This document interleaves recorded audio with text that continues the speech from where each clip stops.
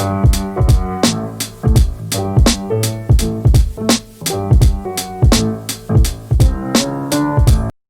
going sick. All right. Yeah, man, I appreciate it, man.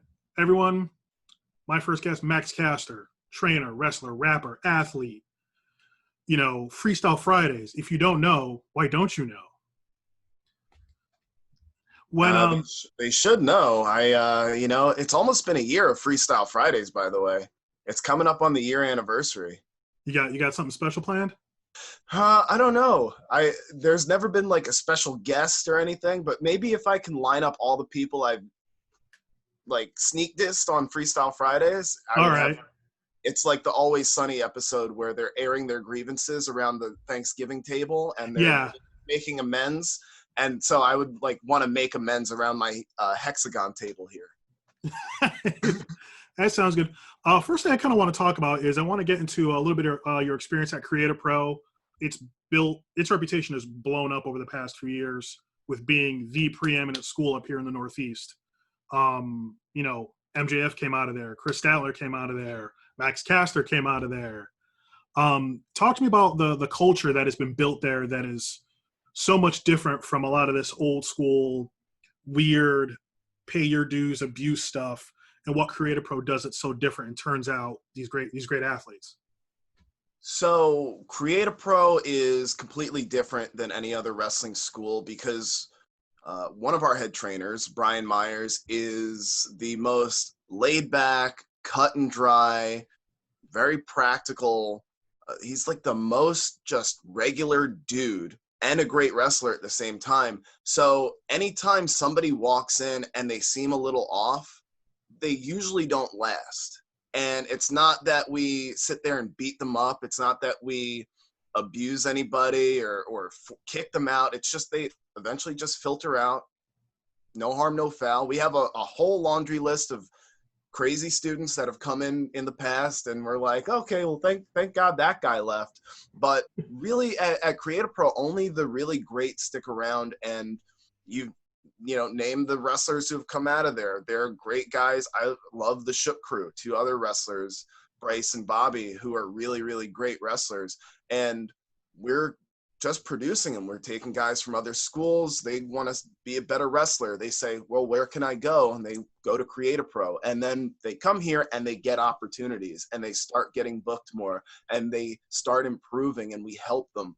So Creative Pro is completely different from any other school. The whole like beating guys up thing, I'm not going to say that it's never happened, because sometimes I want to see if a guy wants to come back tomorrow, and I'm never going to break a guy's nose or anything, but I'm going to say like, hey, if you want to be a wrestler, this is a tough sport. This is a really, really difficult thing to do. And we have so many people coming in who are out of shape, and we have people coming in who just don't understand what it is. And if they hang around and if they're jerks, eventually we want them to just be like, okay, now you know what wrestling's about. It's not for you. Now we all know. So I think Creative Pro does a really good job of just the bad ones filter out, the good ones stay, and they work hard and they improve, and then we create the best wrestler. Well, yeah, the way you explained it, the trash takes itself out. If someone comes in, they're not a fit, the attitude isn't right, they're going to be on their way sooner rather than later. Correct. And so, it's such a great environment, because so many other schools, you hear horror stories or they want guys to not leave. That's the bad thing. I'm not going to name any schools, but there are schools in the New York area where I hear the trainer always says, you don't have to work anywhere else. You just work for me. But no one goes to their shows, so no one ever sees these people. So you get caught in these traps in these other schools, but we having guys who are, and girls who are enterprising enough to just push themselves out there, it inspires the rest of us, and that's the culture we have. We all want to go different places. We can't all stay just in Hicksville, New York, right, all of our lives. We need to go around the world, and that's what's happening. And you mentioned the Shook crew, which I do want to talk about. I'm openly admit to being a fan of you guys. I became a fan real quick. You, Bobby, and Bryce. What's like the secret sauce? Because you all fit so well together. You don't see a lot of like 3-man groups that have endured in wrestling lately? What makes it all work? That's a good question. I feel like we are all the type of wrestler that has all the pieces, and at the time we got together, we were all trying to put the pieces together for ourselves, and then it just kind of happened naturally that one time we were doing Grimm's toy show, and Grimm was like, you know what, I'm going to wrestle you three guys. And then it just snowballed from there. And we liked how it felt. And we're like, let's do more. Let's do a rap video. The first rap video blew up. So the secret sauce is, it's just kind of three guys who, we're all very different. We have conversations about tons of things, and we don't agree on everything. But what we do agree on is we want to be great wrestlers. We want to be, you know, great entertainers. We want to be known for what we do. And at this point, the Shook Crew is, you know, some people, I'm happy you said that we fit well together, because a lot of people will look at the Shook Crew and they'll say, well, what are these three guys together? Because, you know, Bobby carries a goat, Bryce has a big fur coat, I have a microphone and a platinum chain. It's not on the surface level cohesive, but if you see us work, it's really, really great. And so, you know, the secret is just we're all ourselves, and we're all friends. And the diss tracks. I mean, the two that stand out to me were the Tommy Dreamer diss track, because I went to that show later on. Y'all faced them, and then the MSP diss track, the Back to the Yard one, which was super catchy and kind of blew up in certain circles of Twitter and social media. Yeah. So the Back to the Yard one, that was for Limitless Wrestling, and it was Shook Crew versus Main State Posse. And still, when we had been going to shows up until coronavirus killed wrestling, people would still come up to us and say, oh, Shook Crew, I love Back to the Yard. And wrestlers really took to that song, where we would go to shows and they'd be like, oh, Back to the Yard, Back to the Yard. And so it's so weird when you write a song that resonates with so many people, because I can't take that exact thing and do it again. It always has to be different. So that one was really fun. I had the vision for the video too. We're all just backyard wrestling, and we built the ring out of tiki torches and twine, and and we got some guys from one of the schools, and we beat them up, and it was, you know, classic video. The Tommy Dreamer one, I appreciate that. That wasn't my favorite beat that I ever did, just because I forget the name of his entrance song, but I had to sample that song, and I was like, I'm not feeling it, but, you know, I did it anyway. And then it was an okay song. You know, I wish Tommy Dreamer would have acknowledged it.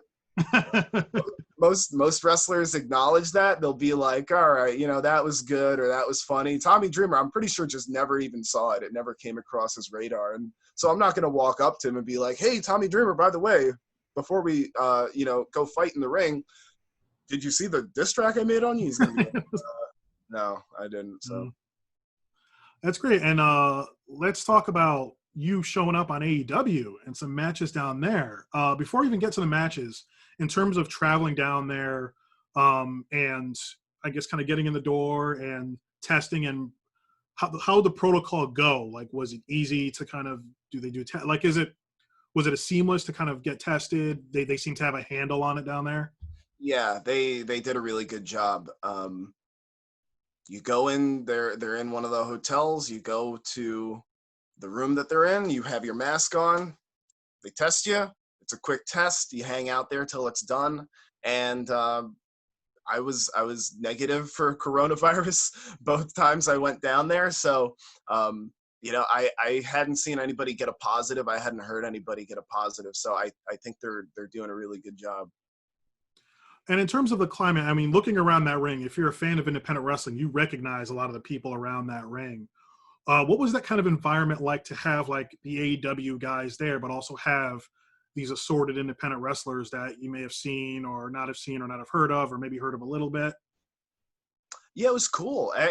all the independent guys were real nice. I didn't know a lot of them, but or I hadn't met a lot of them. I met Robert Anthony for the first time, and he's very nice to me. He was a fan of my raps and stuff, and all the other guys were nice as well. And I think the biggest difference between that and what you would think at any other television wrestling show is everybody is kind of very friendly and very open, and so we're in the same locker room as the contracted wrestlers, and you're just kind of walking around back there and you're not walking on eggshells. I'm comparing it to, doing extra work at WWE, which is, I've done that tons of times and it's fun. They treat you nice, but a lot of times it's, you're wearing a suit and it's please don't get in anybody's way. And when we need you, we'll come find you.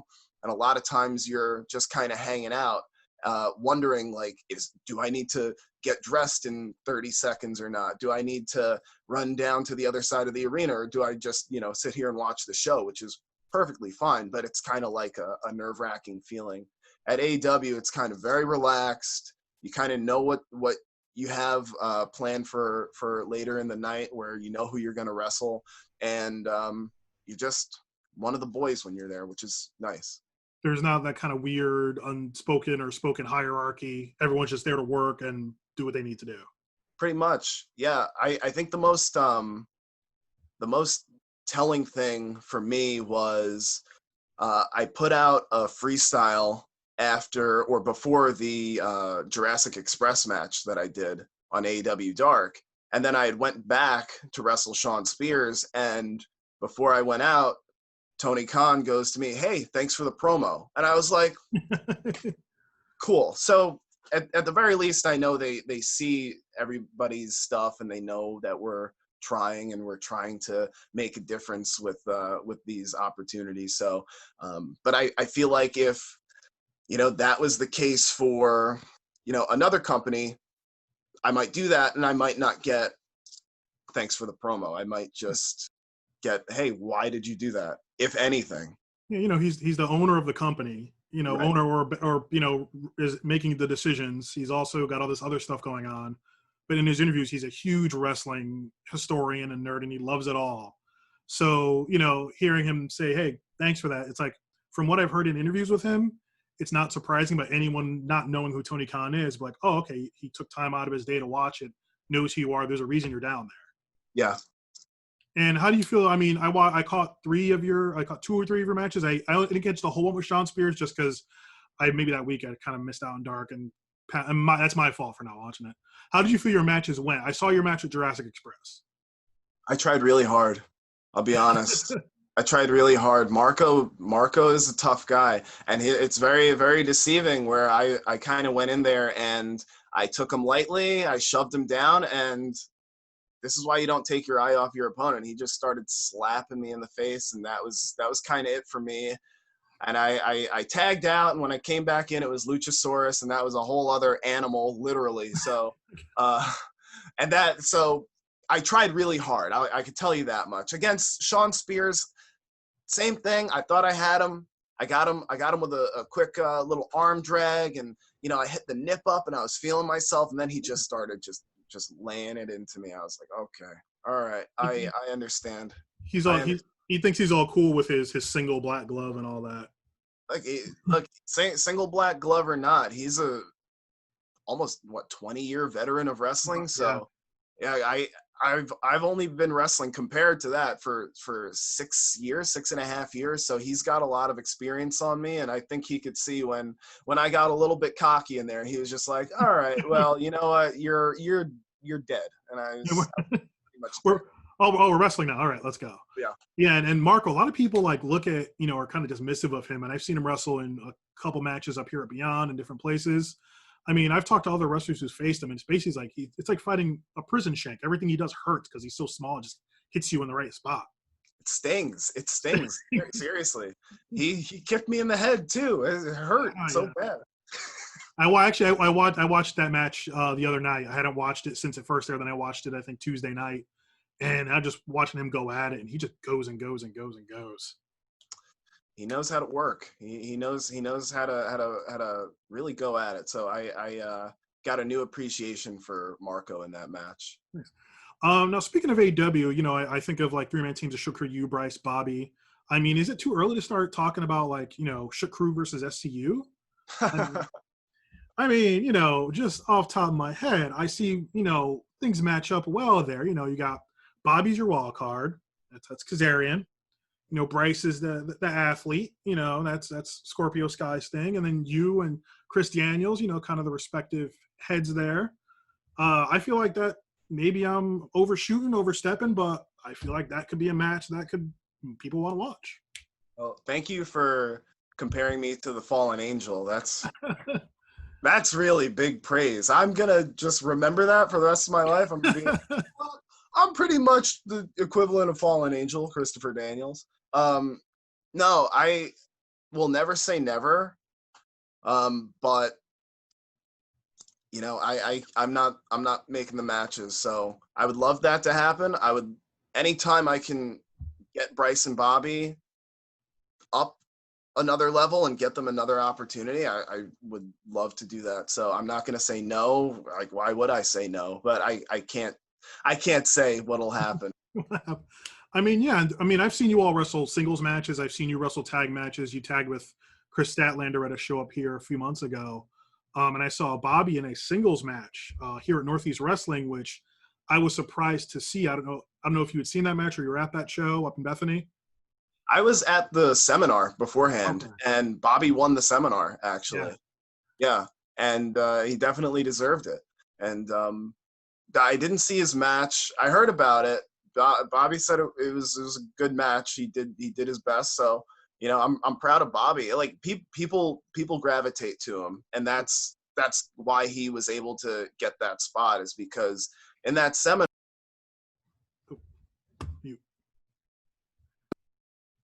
We're all wrestling. We're all trying. Someone called me.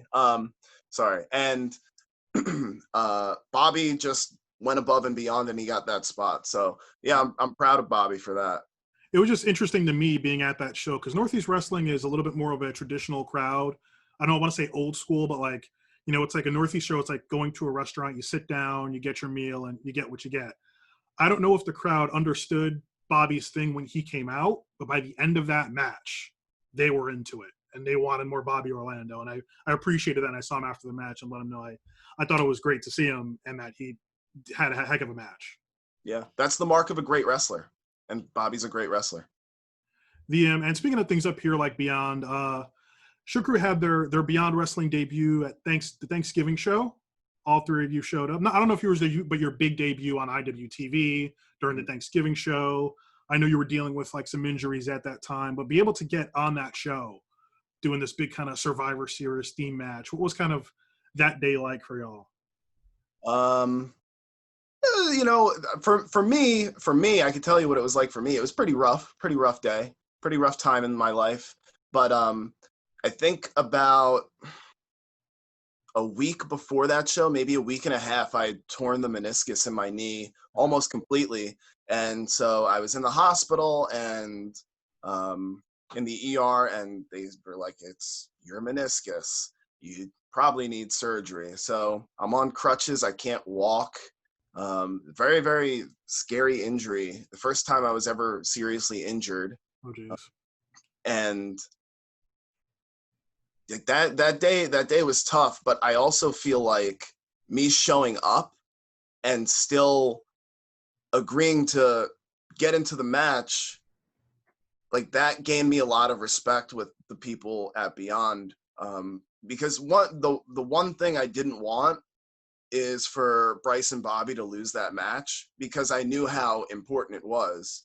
And I knew I couldn't do much in the ring. I really shouldn't have done anything. And I knew that I had to rap a song. I wrote the best song I possibly could. And I dissed them all to their face. The crowd. It was solid.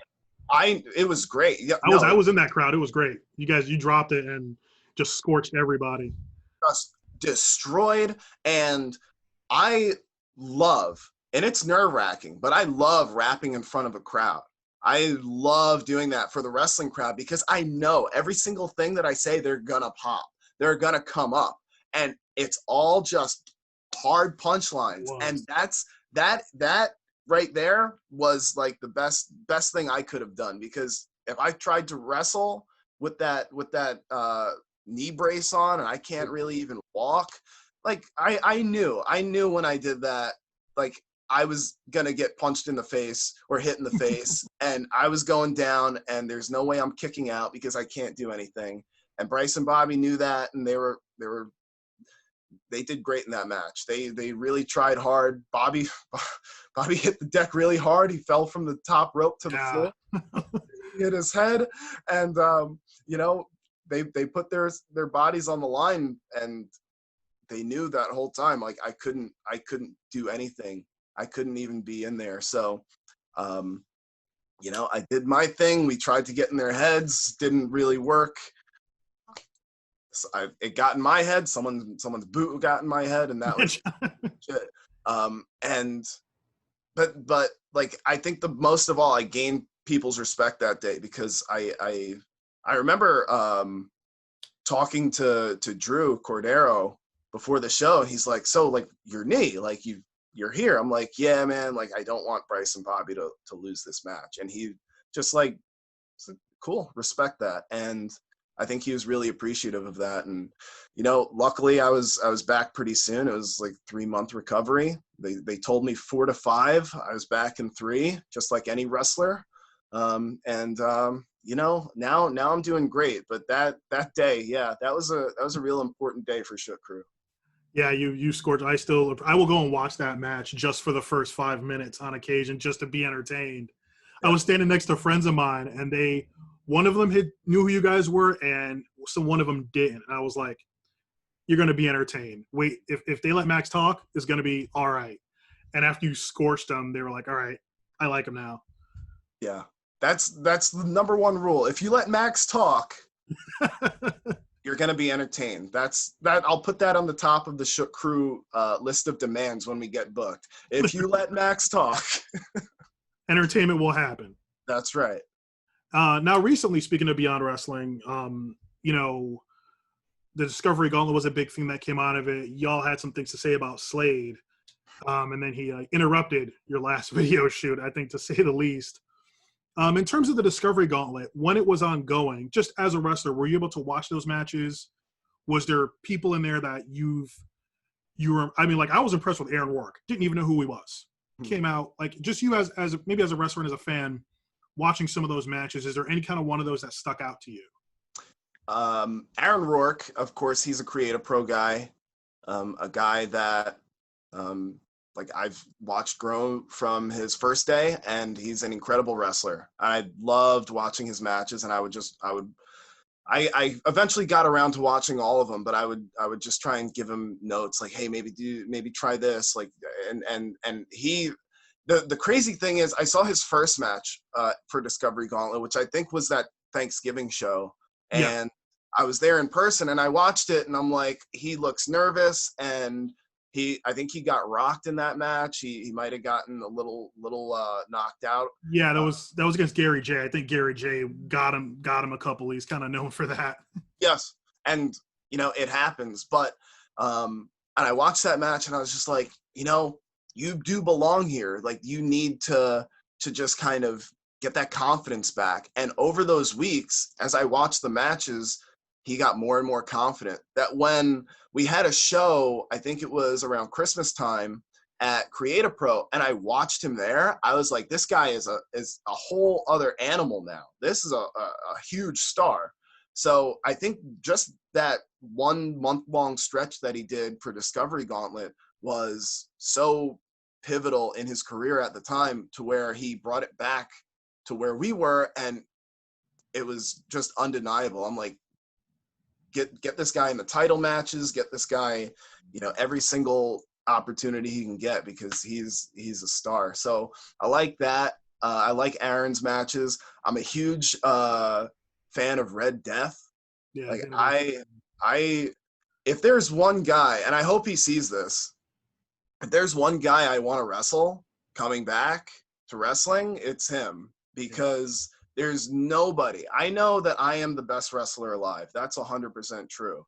But I know that nobody is going to fight me like that guy. Yeah. And I live for that. And I have a problem because I feel like a lot of wrestlers, they don't have that killer instinct. They want to go in there, do their stuff, have their match, and then they're going to hang out at the bar later with the fans and the other wrestlers, and they're going to hang out, and they're going to be like, oh, you know, we did a great match and we had a good fight, but you know, I want a real fight. I want to, when we're at the bar later, I want to have the bottle on my eye. Like that's what I want. I want the other guy to have the bottle on his neck. I want him to be ice in his neck. And I feel like that's the only guy right now, Daniel Garcia, who's like really bringing that fight to people. So I want to have that chance to fight him so people could see that that's what I bring to the table, because a lot of wrestlers, they shy away from that. They don't want to get into that kind of fight.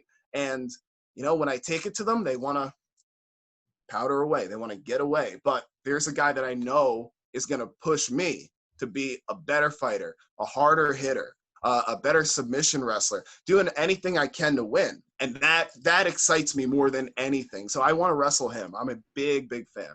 Yeah, he's I follow social media. I guess he just graduated from college, and he's like, I'm ready to wrestle.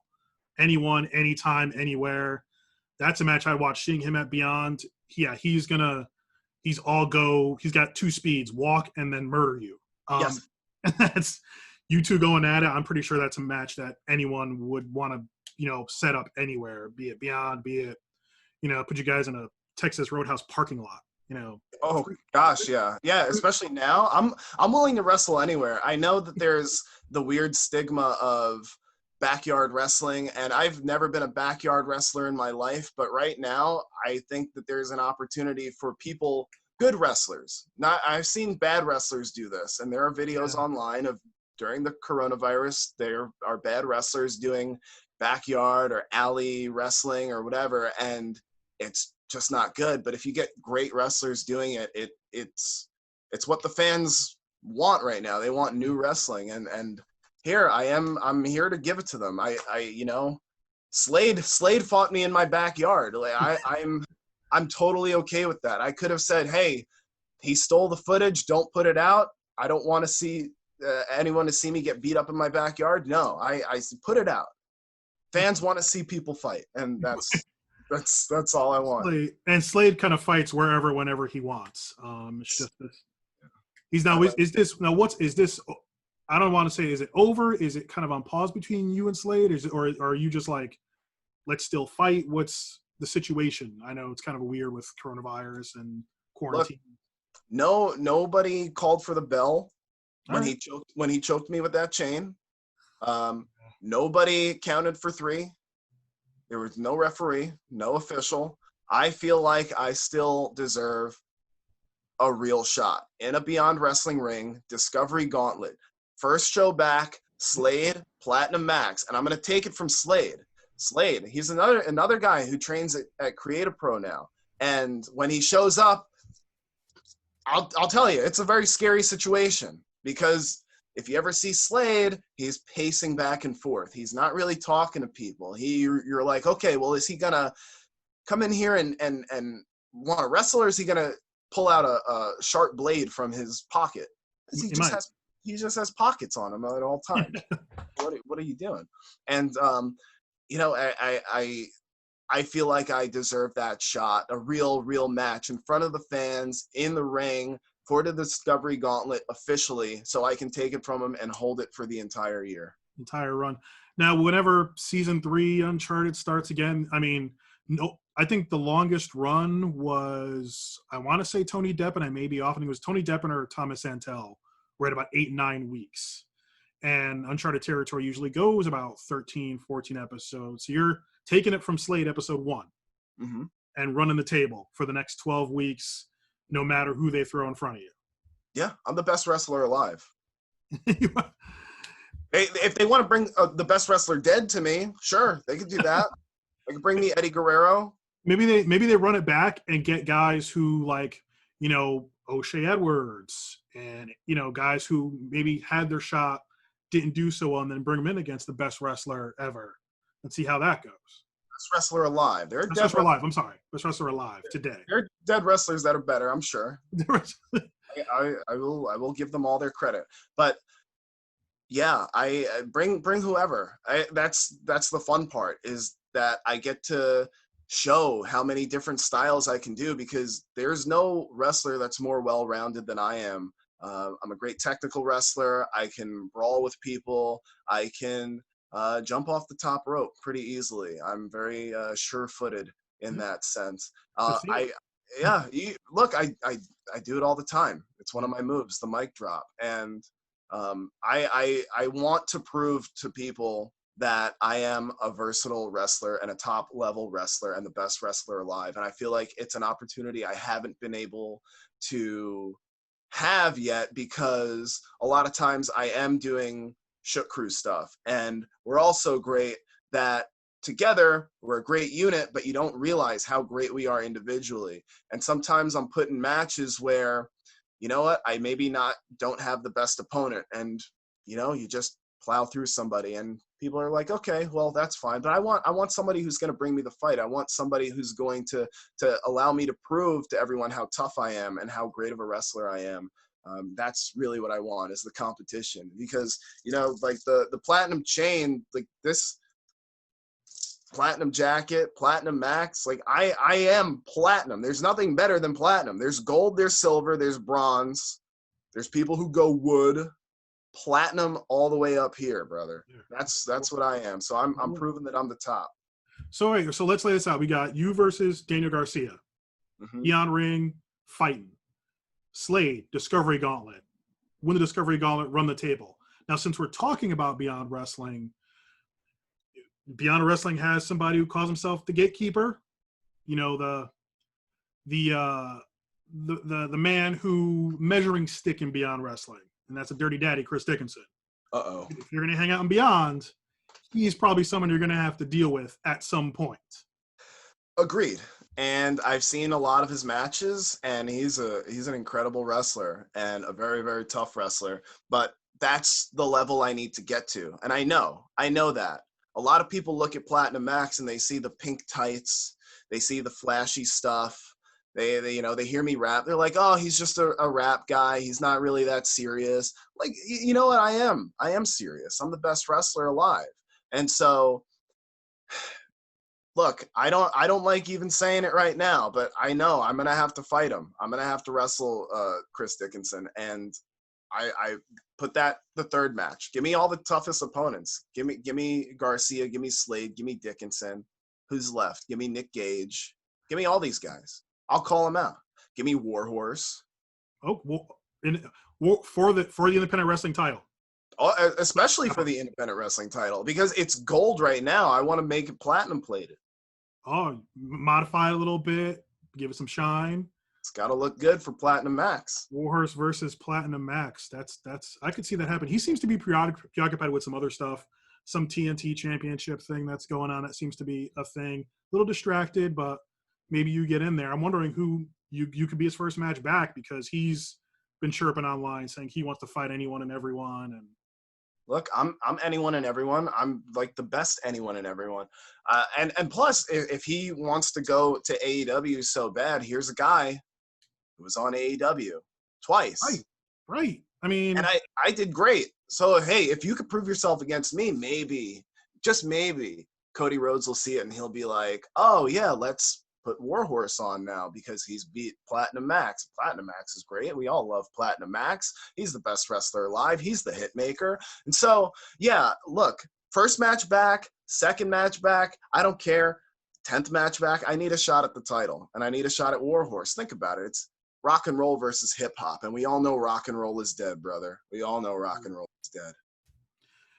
It's over. No more fuzzy leggings, no more face paint. Take the belt, platinum it up, class it up, bring the independent wrestling title into a new era, a platinum era with the best wrestler alive. Platinum era. I'm going to bring it around the world, make it a true world title, bring it back here, defend it against all the people here, beat them. And then I'll say, well, I've beaten all the independent wrestlers. Well, what's next? And then, you take it, you bring it somewhere else, and I'll fight someone with a contract or something. I don't know. Go. But look, I just like any other wrestler, I want to wrestle really, really bad. And I feel like this is the year, and I've heard this so many years prior where other people have told me, Max, this is your year. Max, this is the year you're going to break out. I've heard that 2019, 2018, 2017. They said, once you find that new thing, it's all you. I found Shook Crew. Shook Crew pushed me up. I love Shook Crew. That only got me so far. I changed my name to Platinum Max last year, almost a year ago today, and it's pushed me this far. And I know that this is the time for me to push even further. And I see it now. I see it. I see the top of independent wrestling. And I honestly don't love it. I don't love the top of independent wrestling because it's a bunch of the same guys in the same group, and they all hang out, and it's a little clique. Okay. Like nobody points this out. And I like some of those guys, and I know them personally, but it's a little clique. And so it's hard to break into that. So when everybody's saying online, which is where it counts, it's independent wrestling, it's internet TV. When everybody's saying online how cool these people are and counterculture these people are, it's not counterculture if it's the top. It's not counterculture if everyone loves it. So I look at Platinum Max. A lot of people, and I'll admit, a lot of people don't like Platinum Max when they first see me. If I don't do the raps, people don't like Platinum Max. I do the raps, that's like the applesauce, and underneath there's the medicine. I'm the medicine. I'm what's going to cure what's going on in professional wrestling right now. And that's why I want the top spot. And I'm 100% serious about this. That's why I want the top spot, and I want the title. I want a shot at that, and I know I'll win because I'll be a better champion. And so Platinum Max, look, I can do all the raps. I'm planning on doing a lot of rapping. This is my goal for right now. I need to actually start calling people out because I can't wait for matches to come to me anymore. There's no matches. There's no shows. So let's start calling people out. Hey, let's fight in your backyard. Hey, let's fight in a Texas Roadhouse parking lot. Let's fight in all these places because I want to prove that even without a ring, even without a jurisdiction, without a governing body, that Platinum Max is the best professional wrestler, the best wrestler alive, as I continue to say, and will continue to prove. So, look, you can't be a clique forever. Let's break the monopoly. People talk about breaking up Amazon because it's a monopoly. Hey, you did great. Everybody loves you. Let's break it up a little bit, okay? Let's get someone new in there. That's go. Platinum Max. Yeah, I couldn't agree more. You said it's a clique. There's this kind of group of guys up near the top, and I'm like, I feel like independent is independent. You push your own brand, you make your own brand, you do your own thing, and I agree, for lack of a better term. And in terms of because of the quarantine, like how are you, like people see you, like first time I saw you, I saw a picture of you and then I saw you, like you are a bigger guy than people think. You're a big guy. Like how are you, because this quarantine, you're not able to, like you're able to get into the gym and train? Like how's keeping everything fluid, in this pandemic time?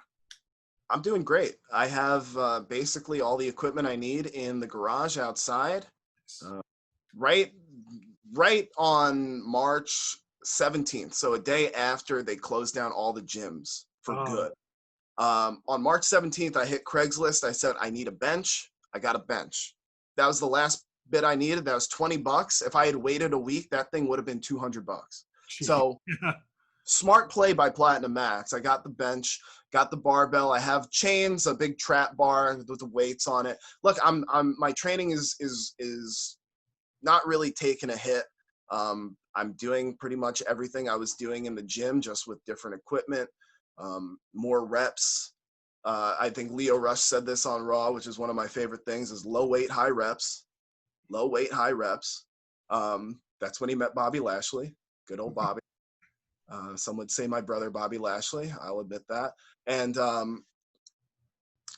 then now I've actually taken it a step further where I'm hiring a personal trainer to where, look, I'm already in great shape. I am a big person, but I recognize that I want to take it up a level in the ring. And I'm a type of wrestler who I like to pace myself at the beginning of a match, and I understand that as it goes deeper into the match, I need to have more in the tank. And so I want to have all that in the tank. So I'm hiring a personal trainer, and we're working on that. I told him, I wrote down my goal for the year. I have to sign up for a year. The goal for the year is becoming the best wrestler in the world. And he's on board with that. And he says, let's do it. And I'm like, great, let's do it. Bam. Yeah, it's awesome. And you don't hear a lot of that wrestlers saying, I'm hiring a trainer to push me. Like you're the best wrestler alive, but this is pushing, making 20 or a year. That sounds awesome. So yeah, we've got Daniel Garcia, Slade for the Discovery Gauntlet. Yes. And then maybe like Chris Dickinson as if he wants him. Who knows? I know he'll fight anybody, but you being the best wrestler alive, it's on him to say yes. I'm sure he'll say yes, believe me. And a little serious. You got your Freestyle Friday, your series. You got your Abolish Ice symbol back there. As a wrestler with a social media presence, and a bit of a serious question, do you feel there's an obligation, especially with wrestlers of color, to use that platform as best they can? Because of the protests, George Floyd, Black Lives Matter, what's happening in wrestling with the accusations and the changes happening in independent wrestling. Do you feel there's an obligation, or do you feel that each wrestler needs to make that decision? And is that bar different for wrestlers of color? So I'll start here. I don't like being categorized as a wrestler of color because Gotcha. because I am the best wrestler. Like that's what I want to be known as. Gotcha. And I don't want any caveats thrown into this. When I put out the music video for Sean Spears, I almost went on a huge Twitter rant. And I don't post any of my opinions on Twitter because nobody asks. But someone wrote in response to that video, AEW needs more black talent. They should sign Max Caster. And my response to that is, well, it's not that they need, a black wrestler. They need a great wrestler and a great talent and a guy who provides content, and that's me. And so I don't want to say that I'm just a black wrestler or I'm a wrestler of color, because I know that I'm a great wrestler, period. And when you put that caveat on it, that's what brings racial issues back to the forefront, when you bring it up like that. So you could say, and I know it's all meant in a good way, in a positive way. There was another tweet someone wrote, and I had a conversation. It was one of my friends tagged me in this, but it was like, where are some wrestlers of color and LGBT wrestlers? Let's give them some praise right now. And someone tagged me in that, and I had a conversation about that too, where I'm just like, well, if this is all people see me as, how could I get any further?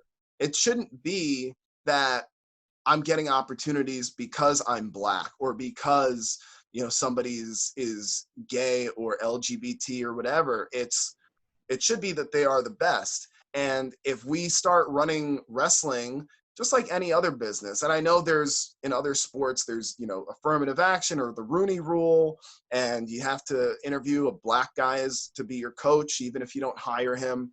I see a lot of these things happening, and sometimes it's just a novelty, and I don't want to be a novelty. I'm the best wrestler. I want to be at the top. And so it shouldn't matter what I am. So I'll say that right there. And I think about The Rock. The Rock, everybody says who was the first black world champion. No one ever says The Rock because no one cared. No one cared. So because he was that good. I feel like that's where I need to be. That's what I aspire to be. If he just said, "Oh, I'm a black guy. I'm a black wrestler," it's just kind of like, no, he was the most electrifying wrestler in sports entertainment. So that's my take on that. With using your social media as a platform, I think it's up to the wrestler. Nobody asks for my opinion. And I'm happy you asked for my opinion because I never get to say it anywhere.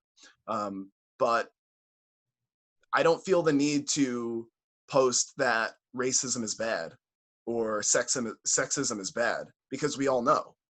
We all know it's bad. Yeah. I will flat out say, just so nobody misconstrues what I'm saying, Racism is bad, guys. It's super bad.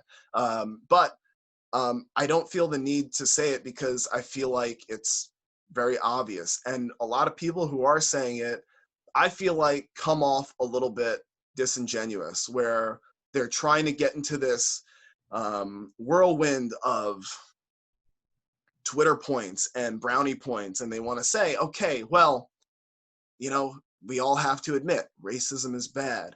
Okay, I agree. It's great, but I don't want to be in that conversation because I feel like a lot of people use it for the wrong reasons. They use it to shut people up, and they use it to pressure people to do things they don't want to do and say things they don't want to do. Like, somebody could have called me out for not writing anything about George Floyd. And look, I watched the video the same way. It sucked. That was a horrible video to watch. But I didn't feel like I needed to have my opinion out there because my opinion's the same as millions of other people. It sucked. It was really bad. So I use my platform for what I do. And what I do is wrestle and I rap. And I want people to see me wrestle. I want people to hear me rap. If they want my opinions, I'll give it to them. But nobody asks. So that's my choice. Thanks. I appreciate you sharing. There's like a lot of candor. Some people just don't want to talk about it at all. Some folks, kind of go the completely opposite way. So I just wanted to get your unvarnished opinion on how that all worked. Serious question now, onto more light question, because I'm a big breakfast food fan. Waffles or pancakes? Oh, wow. My dad makes really good pancakes, so I'm going to say pancakes. It's a sentimental thing. When we had waffles in the house, it was always Eggo. And so, never made waffle iron waffles. No, I don't even have one. I never used one. When I see them in the hotel breakfast areas, I'm like, stay away from that. I don't know how to use that. So really, I find it interesting. You just pour the thing in, flip it over. I've never been brave enough to make myself a waffle. And just to wrap up, and again, thanks so much for helping me out with this, man. It's been a great conversation. So we've set up Best Wrestler Alive, Platinum Max Caster, Daniel Garcia, Slade, Discovery Gauntlet, Beyond. I'll make sure Drew and Beyond are aware. Chris Dickinson. Yes. Take Warhorse for the independent wrestling title. Especially for the title. Especially for, or whoever, let's say by chance he wrestles somebody else and they get it, you go after them. Because I look at you and there are a bunch of people I want to see you wrestle. Want to see you wrestle Manders. Want to see you wrestle O'Shea Edwards. Want to see you wrestle AC Mack. Want to see you wrestle Effie. Because I think that will be a great, entertaining match. Me too. I love Effie. So, yeah, I think you versus Effie, whether a title's involved or not, I think would be a great and more entertaining than people think it would be. Good. I hope so. I hope I impress people every time I wrestle. I that's what I try to do. I do believe that I am the best. So I think every time I do wrestle, people will love it. Well, Max, thank you so much for the time today, folks. Promote your socials, promote anything you want to promote. Go nuts. Thank you. First thing I want to say before I say any of this is that social media was a mistake. And if we all admit that, we're all good.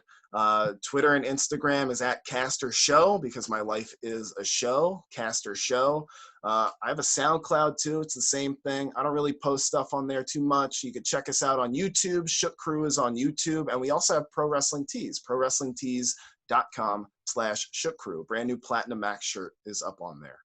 Nice. And Creator Pros also got their the tournament going on YouTube. Oh, yes. Thank you. The Quarantine Cup. The Quarantine Cup.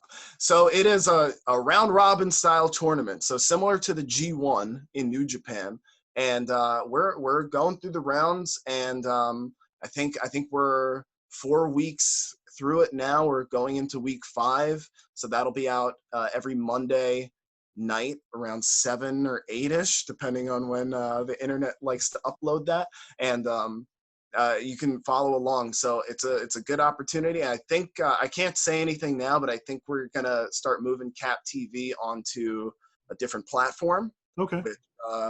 Which is very, very exciting. So we're gonna be equivalent to a lot of other things very soon, and not just a YouTube show. So I see a lot of big things for Creative Pro, Cap TV. I have a lot of plans, especially when this quarantine cup is over.